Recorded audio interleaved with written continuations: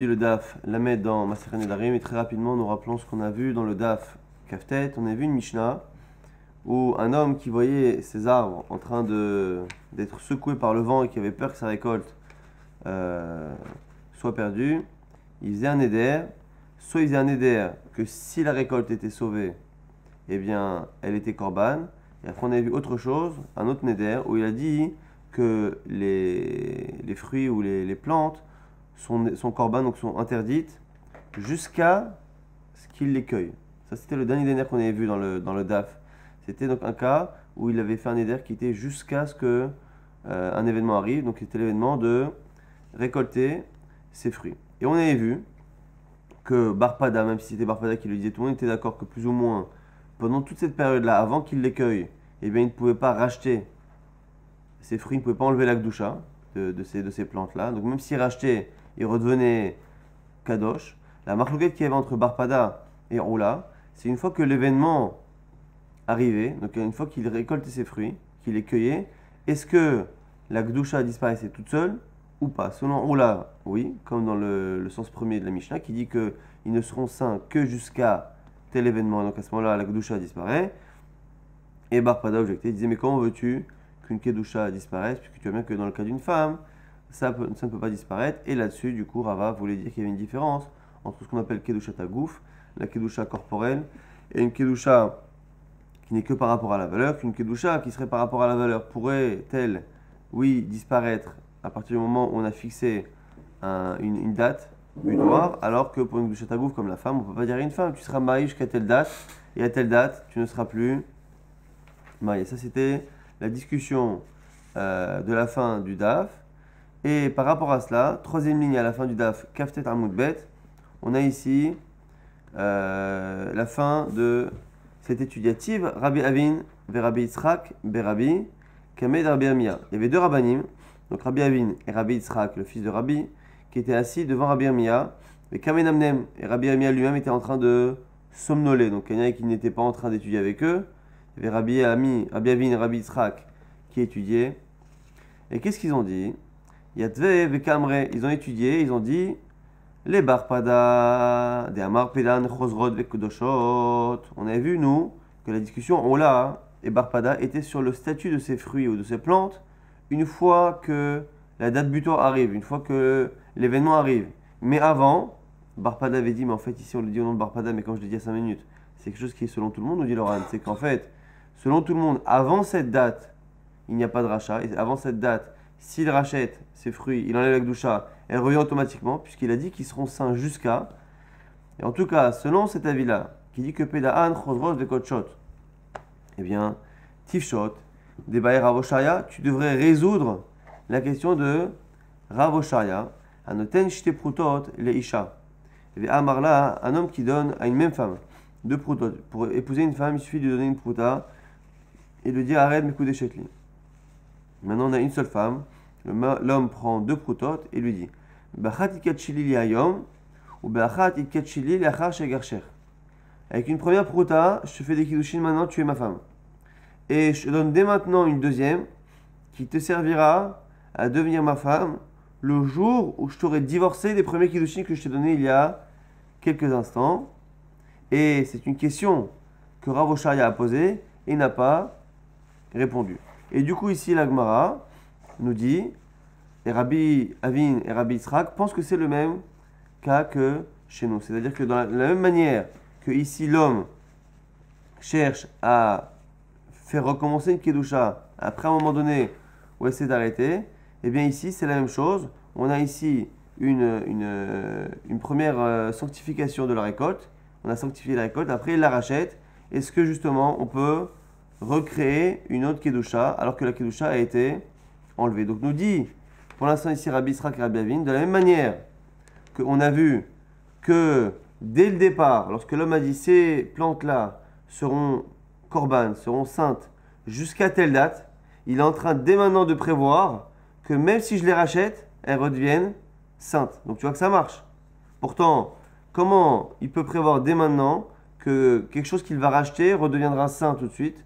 De là, tu vois que je peux dès maintenant programmer une kedusha, une sainteté, qui prendra effet non seulement à partir de maintenant, mais je peux dès maintenant programmer qu'elle reprendra effet tout de suite après un éventuel rachat, une éventuelle libération de la Kedusha. Et donc, ce sera la même chose pour le cas de la femme.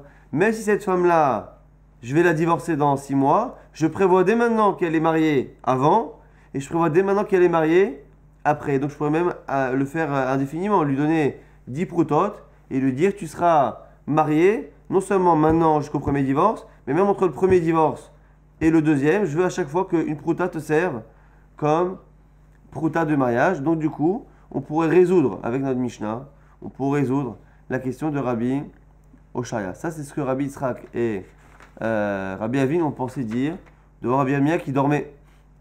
It'ar behu, Rabbi Amia. Donc, du coup, Rabbi Amia s'en est réveillé. Il a dit non, il n'y a aucun rapport. Amarlo, il leur a dit Ma kamedamitun, peda'anhu, le peda'onachrim. Comment pouvez-vous comparer quelque chose qui est racheté par lui-même à quelque chose qui est racheté par les autres? Déjà, d'où on voit qu'il y a ces différences-là, de Rabbi Yochanan. Achi amar Rabbi Yochanan. Peda'anhu chozrot vekdoshot. Peda'um acherim en chozrot vekdoshot. Dans le cas des fruits, on a vu que cette personne avait dit je veux que ces fruits, que ces arbres soient sains jusqu'à telle date, jusqu'à ce que je les cueille, jusqu'à la cueillette. On a vu que cette personne-là, comme il a dit qu'ils seront sains jusqu'à, et même si d'ici là, il rachète, il enlève la Gdusha, elle revient, puisque lui-même, c'est comme s'il avait prévu que la Gdusha existe et revient à chaque fois qu'il les libère. Mais, nous dit Rabbi Yochanan, attention, ça c'est dans le cas où c'est lui qui les rachète. Si quelqu'un d'autre a transféré la Gdusha ailleurs, eh bien, lui, après, ne peut pas les sanctifier. C'est-à-dire que la sanctification automatique qu'il a prévue dès le départ, après libération, après rachat de la Gdusha des fruits, ne peut pas être automatique, ne peut pas marcher si ce n'est pas lui qui les libère. Et l'Agmara nous dit, c'est Rabbi Yirmiyah qui nous dit ça, Veisha kepeda'uha acherim damia. Et le cas de la femme, c'est comme si c'était une autre personne qui les avait rachetés. Pourquoi? Parce que c'est quoi la logique? C'est le fait que les fruits aient été rachetés par quelqu'un d'autre, et bien les fruits sortent du domaine du propriétaire. Donc un propriétaire peut dire très bien sur quelque chose qui lui appartient, il peut dire voilà, mes fruits qui m'appartiennent, quoi qu'il arrive, que dès que je les donne comme korban, ils sont Hachem, dès que je les rachète, ils me reviennent à moi. Dans ces cas-là, je peux dès le départ prévoir que ces fruits-là seront, à chaque fois qu'ils reviennent dans ma propriété, je les sanctifie. Donc dès maintenant, ils sont saints et ils redeviendront saints à chaque fois que je les mettrai dans ma propriété. Donc dès que je les rachète, ils reviennent chez moi, ils reviennent automatiquement Kadosh. Et dès que je les rachète, ils reviennent encore une fois Kadosh. Nous dit ici Rabbi Yirmiyah et Rabbi Yochanan, ça marche dans le cas où ça lui appartient. Mais dans le cas de la femme ne lui appartient pas. Il fait des kiddushin maintenant. Pourquoi? Parce que la femme, elle, est d'accord. Mais lorsque il va la divorcer dans 6 mois, eh bien, c'est pas que comme il va la divorcer, elle reviendra quelque chose qui lui appartient, qu'il peut décider de la réépouser. Il faudra qu'il lui redemande si elle veut. Et comme la femme, lorsqu'elle est libérée, elle ne revient pas dans sa propriété, et au contraire, elle est libre de choisir justement avec qui elle veut se marier, eh bien, il ne peut pas dès à présent prévoir, même si elle veut, il ne peut pas dès à présent prévoir les seconds kiddushin. Donc c'est pour ça, nous dit ici Rabbi Yirmiyah, qu'on peut très bien penser, comme ce qu'a dit Bar Pana à propos de la Mishnah, c'est que dans la Mishnah, à propos des fruits, on peut dès à présent prévoir que la kiddusha, une fois qu'elle va disparaître, va revenir, mais ça n'a aucun rapport avec la question de Rabbi Yirmiyah qui peut rester de Rabbi Oshaya, Mechila de Rav Oshaya, qui elle reste en suspens. Et donc du coup on n'a pas de contradiction avec le fait que la Mishnah pourrait éventuellement répondre à cette question. Et à ce propos on répète la halakha de Rabbi Yochanan, Itmar Nami, Amar Rabbi Ami, Amar Rabbi Yochanan, non Rabbi Yochanan, Rabbi Ami a dit, Loshanu ila she peda'anu, aval peda'an acherim, en chozrot ukdoshot. Encore une fois, on rappelle que l'histoire des fruits, on ne peut prévoir qu'une kedusha revienne indéfiniment chaque fois qu'il y a un rachat. On peut le prévoir que lorsque les fruits ont été rachetés par lui, mais pas par quelqu'un d'autre, parce que sinon, les fruits sortent de sa propriété et il ne peut pas dès à présent prévoir de les sanctifier. Et donc c'est la même chose pour la femme. La femme ici sort de sa propriété lorsqu'elle est divorcée. Nouvelle Mishnah. Hanoder miyorde hayam mutar beyoshva yabasha yoshva yabasha asur miyorde hayam. Un homme qui fait un éder. Et il fait un éder par rapport à ce qu'on appelle Yordé Hayam. Yordé Hayam, c'est ceux qui voyagent par les mers, donc les gens qui voyagent par la mer. Moutar Beyoshva Yabasha. Et donc, du coup, il n'est pas interdit par rapport à ceux qui sont sur la terre ferme. Donc, il y a des gens qui sont en voyage, en bateau, et il y a 95% de la population qui est sur terre ferme. Lorsqu'il dit, je fais un éder de m'interdire de profiter ou d'interdire à mon profit toute personne qui voyage en mer. Et bien, toutes les personnes qui voyagent en mer sont inclus dans le Neder, mais pas ceux qui habitent sur terre. Par contre, s'il a dit Miyoshva Yabasha, s'il a dit je fais un Neder et j'interdis toutes les personnes qui habitent sur terre ferme, eh bien, il interdit tout le monde, à la fois ceux qui sont sur la terre et à la fois ceux qui sont en mer. Pourquoi? Chez Ordahayam, Birlal, Yoshva Yabasha, car ceux qui voyagent en mer ne sont pas des poissons, ce sont des gens qui habitent sur terre ferme et qui de temps en temps voyagent. Donc ils ont amené à revenir habiter sur la terre ferme. Et donc du coup, ils sont inclus dans le Neder qui vient interdire tous ceux qui habitent sur la terre ferme. Parce que même quelqu'un qui voyage, dans l'absolu, il voyage, mais il habite où? Il habite sur la terre. Et à la fin, la Mishnah nous dit quelque chose d'un peu étonnant, qu'on verra justement tout de suite dans la Gemara. Lo keelu sholchim me'ako Yafo. Et ce n'est pas comme ceux qui voyagent de la ville de Akko à la ville de Yafo, que c'est pas ceux-là vraiment des vrais Yordayam, c'est pas ceux-là qui s'appellent vraiment des voyageurs en mer. Et là, chez Darko les Faresh, mais ici on parle de quelqu'un qui voyage réellement par la Méditerranée, qui fait une traversée. Donc ici, on verra pourquoi la Mishnah à la fin vient nous exclure et nous dire qu'il y a certaines personnes qui voyagent en mer de Akko et Yafo, mais qui ne s'appellent pas ici Yordayam, quoi qu'il arrive. En tout cas, on a vu dans la Mishnah que les gens, quand on fait un éder par rapport à ceux qui sont en mer, ça n'inclut que ceux qui sont en mer. Lorsqu'on fait un éder par rapport à ceux qui habitent sur terre ferme, et bien ça inclut tout le monde, puisque finalement même les gens qui sont en voyage finissent par revenir dans leur maison. Rav Papa, Beravacha, Bered, Ravika, Had Matnea Recha, Had Matnea Sefa. La fameuse fin de la Mishnah qui dit que ça n'est pas comme ceux qui voyagent vers Akko et Yafo, mais qu'on appelle l'Yordayam, c'est ceux qui vraiment vont en pleine mer.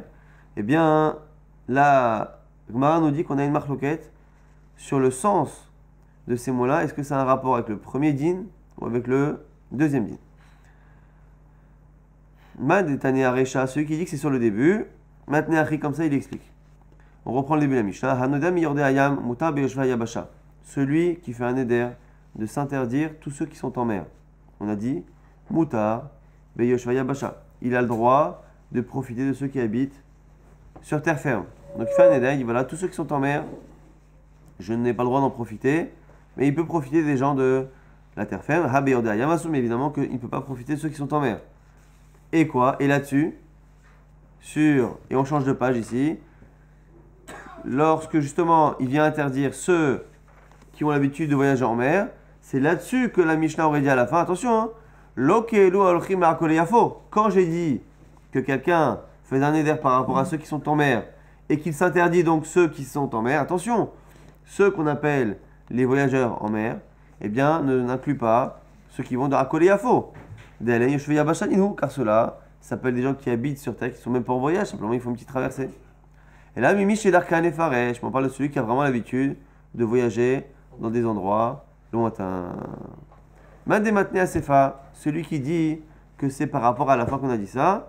Le deuxième ligne, c'est quoi? Hanodam Yeshve Yabasha Asur Beordaya. On a dit que celui qui se fait un éder par rapport à tous ceux qui habitent sur terre, eh bien ça inclut ceux qui habitent sur la terre ferme actuellement et ceux qui sont en voyage. Alors pourquoi après on a parlé de ceux qui vont dans Akko et Yafo? Velo belu olchim Akko et Yafo bilad. Et attention, quand je t'ai dit que ceux qui font le néder par rapport à la terre ferme, ça inclut même les voyageurs en mer. Attention, je te parle même pas que des voyageurs bidons, ceux qui vont dans Akko et Yafo. Quand je dis que ça inclut les voyageurs en mer, je te parle même des vrais voyageurs en mer. Et là, Filou Bibi chez Darko les Faresh, il Vesofo, les Yabasha Salik, puisqu'il finira par aller sur terre ferme, en sachant qu'ici, quelles que soient les deux lectures de Rabbi Papa ou de Ravacha, il n'y a aucune afkamina sur la Mishnah. Quoi qu'il arrive, les deux dinim à retenir de la Mishnah, c'est que quelqu'un qui fait un éder par rapport à ceux qui sont en mer, n'inclut que ceux qui sont en mer, pas ceux qui sont.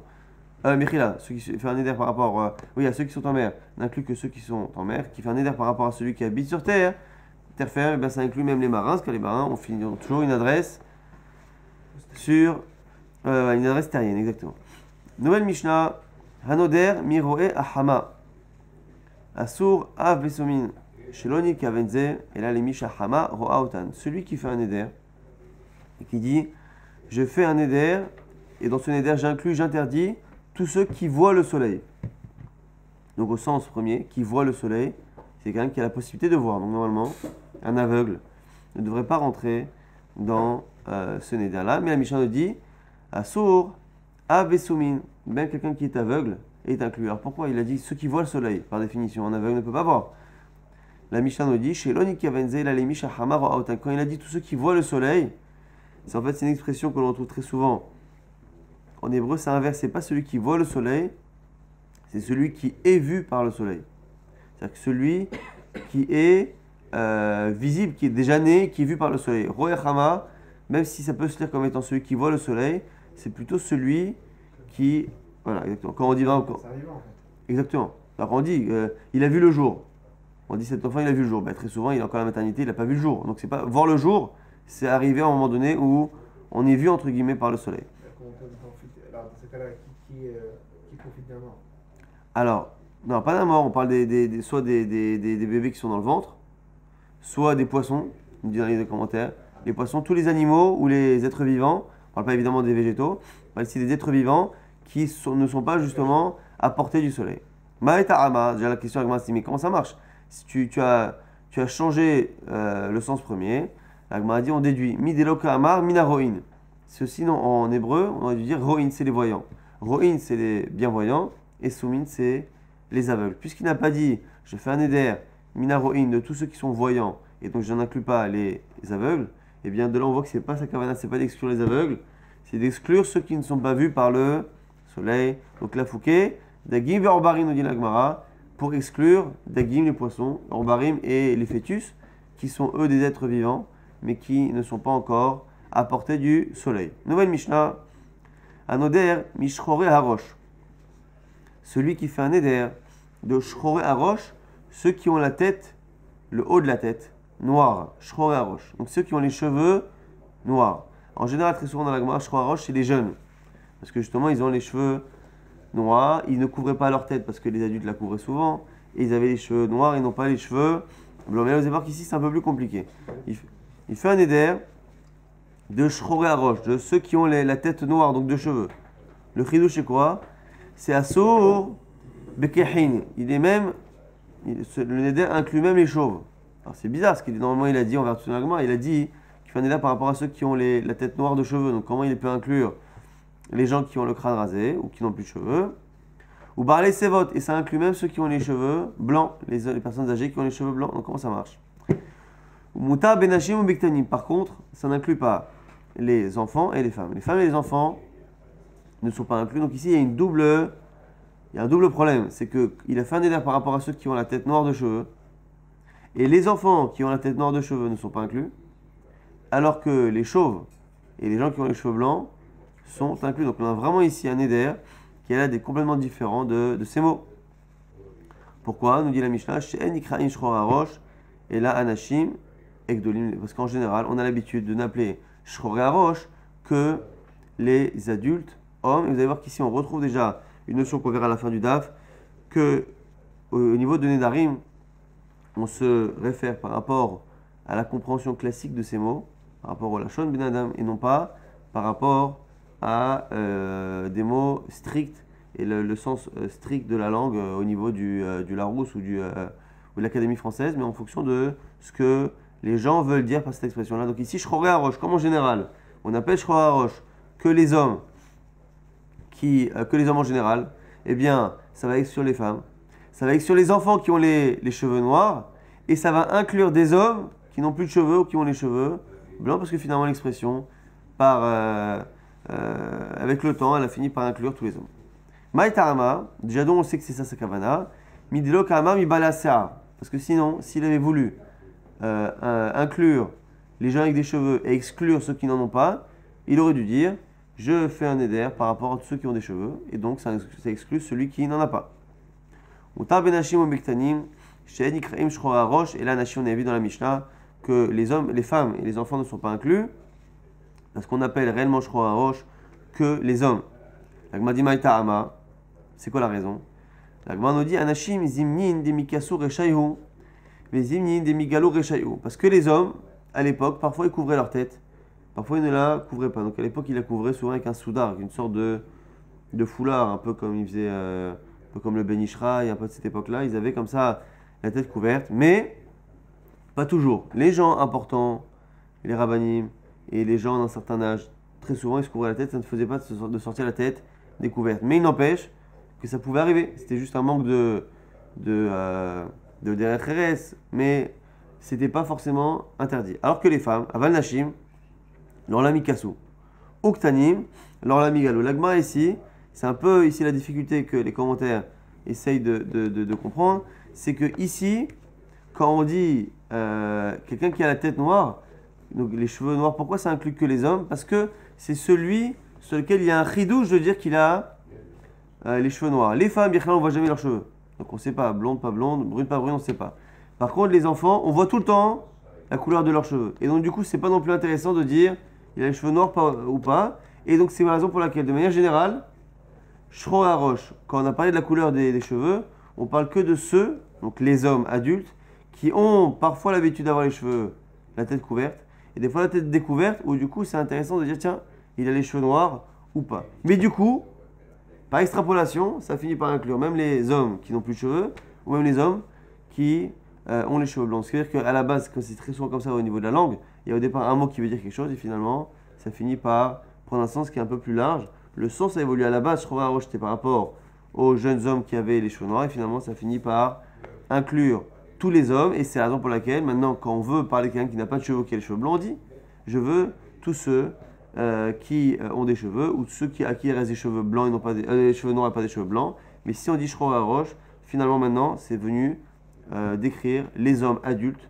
finalement quel que soit leur statut capillaire, et finalement c'est venu exclure les femmes et les enfants. Donc ça c'était la avant-dernière Mishnah. Nouvelle Mishnah, la dernière. Anoder, Minayilodin, Mutar, Medoladin. Minanoladin, Asur, Minayilodim. Quelqu'un qui fait un éder par rapport aux Yilodim. Yilodim, ce sont les gens qui sont déjà nés. Ici, c'est au passé. Moutar, Benoladim, eh bien, il n'a pas fait un éder par rapport à ceux qui vont naître. Celui qui fait un éder par rapport à Noladim, ceux qui vont naître, eh bien, ça inclut même ceux qui sont déjà nés. Donc ici, c'est l'avis de Tanakama, qui est l'avis de Chachamim, qui pense que lorsque l'on fait un éder par rapport à ceux qui sont déjà nés, ça n'inclut pas le futur. Lorsque je fais un éder par rapport à ceux qui vont naître dans le futur, ça inclut même ceux qui sont déjà nés. On verra exactement pourquoi. Rabbi Meir n'est pas d'accord. Rabbi Meir dit Umatir, Af, Bayilodim. Il autorise même ceux qui sont déjà nés. On verra Rabbi Meir tout de suite. En tout cas, Chachamim explique Chachamim, Omrim, Loni Kavenze et l'Abemi Shidarko Lehivaled. Lorsque la personne a dit qu'elle fait un éder par rapport au Noladim, c'est pas réellement à ceux qui vont naître dans le futur pour X sur le passé, c'est justement pour inclure tout, c'est-à-dire que c'est une personne qui veut faire un éder par rapport à ce qui a l'habitude de naître, qui est déjà né ou qui va naître, à l'exclusion justement de certaines choses. En tout cas, pour l'instant, on a une marloquette dans la Mishnah et on a Rabbi Meir. Rabbi Meir qui est un peu étonnant, c'est que Chachamim nous disent que autant lorsque je fais un éder par rapport au passé, par rapport à ceux qui sont nés dans le passé, je n'inclus pas ceux qui vont naître. Quand je fais un éder par rapport à ceux qui vont naître dans le futur, nous disent Chachamim, en fait, cette personne-là veut faire un éder par rapport à tout être vivant qui a l'habitude de naître.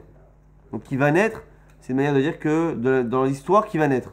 Quelqu'un qui dans l'histoire sera passé ou va passer par la naissance et non pas certaines créations qui n'ont pas justement de naissance.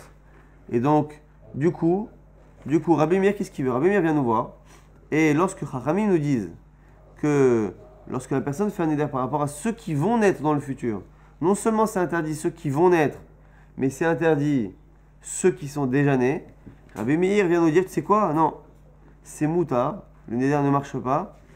Il ne marche pas même pour ceux qui sont déjà nés. Alors le même, il est un peu étonnant. S'il dit que c'est moutard même, marche pas que les deux sont autorisés. La Gemara dit quoi? Les Rabbi Meir, l'omi bayan oladim. Et là, Mimanasour, si tu dis les mots de Rabbi Meir tels quels, c'est-à-dire que Rabbi Meir vient nous dire que quelqu'un qui a fait un éder par rapport à une catégorie A, Chachamim nous disent que non seulement catégorie A, mais aussi la catégorie B, vient Rabbi Meir et dit, tu sais quoi? Et même la catégorie B, elle est autorisée. C'est quoi même la catégorie B, elle est autorisée? Moi, je pense que même la A, elle est autorisée. Et quoi, Rabbi Meir est en train de nous dire qu'un type qui fait un éder, par rapport à ceux qui vont naître, eh bien, c'est autorisé pour tout le monde. Parce que même ceux qui sont déjà nés, ils sont autorisés. Donc, moi, je pense même, c'est qu'ils sont tous autorisés. Donc, Rabbi Meir, quand est-ce qu'il y a un issour? Quand est-ce que l'éder, il marche? Il m'a dit non, il y a une erreur. Chassorem et chasra, mechi katane. Hanodem mina yelodim, muta mina noladim. Mina noladim, asur beyelodim. Ça, c'est l'avis de Tanakama, de Chachamim, qui disent que finalement, lorsque je fais un éder par rapport à ceux qui sont nés, ça n'inclut que ceux qui sont nés dans le passé. Quand je fais un éder par rapport à ceux du futur, ça inclut le futur et le passé. Et Rabbi Meir, c'est là qu'il y avait une erreur. Rabbi Meir, Omer, le haf, le même, il n'est pas par rapport au type de personnes qui vont naître. Il est par rapport à celui qui fait le neder. Af anodeh mina noladim, mutar beyelodim, ki echid anodeh mina yelodim, mutar benoladim. Le haf, le même, il est lié à la personne qui fait le neder. C'est-à-dire, premier neder, rappelez-vous, on a vu que selon Chachamim, celui qui fait un neder par rapport à B, il est autorisé à A. Par contre, Chachamim dit que celui qui fait un neder sur A, il inclut à la fois A et B. Rabbi n'est pas d'accord. Il dit non, de la même manière que celui qui fait un neder sur B n'inclut pas A, celui qui fait un neder sur A n'inclut pas B. Le haf ici, il est lié à la personne qui fait le neder. De la même manière que celui qui fait un neder sur ceux qui sont déjà nés, il n'inclut pas ceux qui vont naître. Et bien moi je pense que celui qui fait un neder sur celui qui va naître n'inclut pas celui qui est déjà né. Mais c'est pas le haf, le mot même ne vient pas parler de ceux qui sont autorisés, parce que sinon ça voudrait dire que tout le monde est autorisé, qu'il n'y a pas du tout de neder. Donc ici on a recorrigé l'avis de Rabbi Meir. Si on reprend finalement selon la maskana, on a une marloquette. Rabbi Meir, c'est simple. Rabbi Meir, il y a deux types de personnes, ceux qui sont nés, ceux qui vont naître. Selon Rabbi Meir, lorsque tu fais un éder par rapport à un, tu inclus cette catégorie, non pas l'autre. De la même manière que lorsque tu fais un éder par rapport à ceux qui vont naître, ceux qui sont nés, tu n'inclus pas ceux qui vont naître. Et bien à l'inverse, quand tu fais un éder par rapport à ceux qui vont naître, tu n'inclus pas ceux qui sont déjà nés. Ça c'est Rabbi Meir, c'est assez simple à comprendre. Le plus difficile c'est Chachamim, qui eux vont dire que non. Lorsque l'on fait un éder par rapport à ceux qui vont naître, la kavana du bonhomme, elle n'est pas de faire une kavana sur le futur. La kavana, elle est de dire que la personne fait un éder par rapport à toute personne qui peut naître de manière générale. Et donc qui va naître, c'est une manière de parler de toute personne qui peut naître. Ça, c'était Marloquet, Rabbi Meir et Chachamim. Amalé, Rav Papa, les Abaye. Maintenant, Rav Papa objecte à Abaye à propos justement de Rabbi Meir. Les Memra de Noladim, des Mithial Dan Mashma, selon ce qu'on vient de dire, Noladim, donc on a dit nous pour l'instant Noladim, c'était ceux qui vont naître. Ceux qui vont naître. Et selon ce que l'on vient de dire, eh bien Noladim ne veut pas forcément dire ceux qui vont naître, mais ceux qui sont déjà nés. Et là, Merata, comment tu expliques le pasouk? Shnei banecha noladim lecha be'eretz Misraim, c'est le pasouk où Yaakov parle à Yosef et il lui dit que ses deux fils, Ephraim et Menaché, feront partie des 12 tribus. Ve'ata shnei banecha, voici tes deux fils, hanoladim lecha be'eretz Misraim, qui sont nés déjà en Égypte. Ad bo'i lecha, jusqu'à ce que je vienne, Misraïma, lihem sont à moi, Ephraim et Menaché, tes fils, qui Reuven et Shimon et Yuli seront pour moi comme Shimon et Reuven seront mes fils. Donc on voit ici là-bas que Yaakov nous fait très attention de dire attention, parmi tes enfants, ceux qui sont nés maintenant avant que je vienne sont à moi et rentrent dans les 12 tribus, ceux qui te naîtront après ne rentrent pas dans les 12 tribus. Donc on voit que le mot nolad, que jusqu'à présent dans la Mishnah on avait expliqué comme étant un futur, et bien ici, elle a l'air d'être un passé. Donc, on voit ici qu'on a une contradiction avec ce qu'on a dit. La Gemara dit Ve'ela ma itialido mashma. Et là, Me'ata dirti Ve'ine ben nolad ben David Yoshiaou shemo. Donc c'est un pasouk là-bas dans Melachim. Et il lui a dit quoi? Il lui dit Ine ben nolad, voici un fils. Et on verra dans la suite qu'on ne peut pas dire qu'il est déjà né. Donc on sera obligé de dire que nolad ici c'est un futur. Ine ben nolad, c'est une prophétie. Il lui dit voici un fils naîtra à la maison de David, et il s'appellera Yoshiaou. Achinamidava, tu veux dire que c'est du passé? Impossible. Ve'adain, Menaché Loba. Alors que Menaché, le père de Yoshiaou, n'est même pas encore né. Donc on ne peut pas ici imaginer que celui qui est annoncé comme étant Nolad par le prophète soit Nolad dans le passé, puisque le père de ce même Yoshiaou n'est pas encore en vie. Et donc, du coup, on a un problème ici avec une contradiction où le mot Nolad a à la fois, dans le cas de Yosef et de Yaakov, une connotation de passé, Shnebanecha Noladim Lecha, qui sont déjà nés, et dans la prophétie là-bas du prophète Ayerovam, eh bien, on parle ici d'un fils de la maison de David qui s'appelle Yoshiaou, dont le père n'est même pas né, donc évidemment, effectivement, qui est ici un Nolad qui va parler de futur. Et là, Mashmachi ou Mashmachi ou Benarim, Alachachar Alishon Benadam, et donc du coup on est obligé de dire que finalement, le mot Nolad veut à la fois dire le passé, à la fois dire le futur en fonction des situations. Et ici, dans Nedarim, ce qu'on a dit tout à l'heure, on se fie au Lachon Ben Adam, on se fie au sens que les gens utilisent. Donc même si dans la Torah, le mot Nolad peut une fois parler du passé et une fois parler du futur, eh bien, puisqu'aujourd'hui, lorsqu'on dit Nolad en hébreu, à l'époque en tout cas de la Gemara et de la Mishnah, ça veut dire un futur, eh bien moi je me réfère à ce futur et sans plus. Donc c'est la raison pour laquelle nous dira Rabbi Meir, lorsque la personne a fait un éder par rapport à celui qui va naître dans le futur, eh bien moi je pense, Rabbi Meir, que ça n'inclut que celui qui va naître dans le futur. Ah, tu vas me dire, mais attends, mais dans la Torah, Nolad, des fois c'est le futur, des fois c'est le passé. Donc t'as qu'à dire que Nolad ça inclut tout, et comme ça inclut tout, celui qui fait un éder par rapport à celui qui va naître, en fait, il inclut tout celui qui naît ou qui va naître ou qui est déjà né. Nous dit Rabbi Meir, non, effectivement la Torah elle-même, elle a un sens, mais dans les Nedarim, on ne se fie pas au langage de la Torah, au langage de l'Académie française, on se réfère par rapport au parler des gens. Si les gens, lorsqu'ils veulent dire Nolad aujourd'hui, au moment de la Mishnah, ça veut dire ceux qui vont naître, ça ne me fait rien que quelques siècles avant, au moment de la Torah, ou des Nevi'im, ont utilisé le mot Nolad pour parler aussi du passé. Moi, je me réfère au Lachon Ben Adam. On avait dit finalement que pour Chachamim, pourquoi Chachamim disait que bien que celui qui fait un éder par rapport à ceux qui sont déjà nés, il n'inclut pas le futur. Par contre, celui qui fait un éder par rapport au futur, il inclut celui qui est déjà né. Pourquoi? Parce que sa kavana, c'est de parler de quelqu'un qui est soumis à la naissance. Alors, il m'a dit, mais qui n'est pas soumis à la naissance? La Fouké Maï, la Fouké Dagim Verofot, pour exclure les êtres vivants qui naissent non pas par gestation classique et par accouchement, mais qui sont des animaux, qui font des œufs et qui ont tendance, qui sont des mammifères. Donc ces animaux-là, qui font des œufs et qui ont tendance justement à éclore. Donc celui qui éclot n'est pas, qui a éclos n'est pas né, et celui qui naît n'est pas éclos. Donc du coup, ici, lorsque la personne a dit, bon, je fais le néder par rapport à tout celui qui va naître, c'est une manière d'inclure en fait ceux qui vont ou ceux qui sont déjà nés, mais d'inclure tous les êtres vivants qui naissent par accouchement et non pas par éclosion de l'œuf. On va rapidement récapituler tout ce qu'on a dit dans le DAF. On a rappelé qu'il y avait une machloket Ola et Rav Pada et Bar Pada dans le cas où quelqu'un a fait un éder, où il rendait korban toute la récolte jusqu'à un événement. On a vu qu'il y avait une machloket si après ce moment-là il fallait qu'il les rachète ou pas. Et quoi qu'il arrive, tout le monde a l'air d'être d'accord qu'avant ce moment-là, comme il avait dit que les fruits ou les arbres seront sains jusqu'à une date, c'est comme s'il avait prévu que même s'il les rachète entre-temps, eh bien, puisque ça revient dans son domaine, eh bien, il prévoit que dès qu'il les rachète et que ça revient dans son domaine, ça redevient kadosh. Donc en fait, c'est une sanctification qui est interminable. On a dit attention.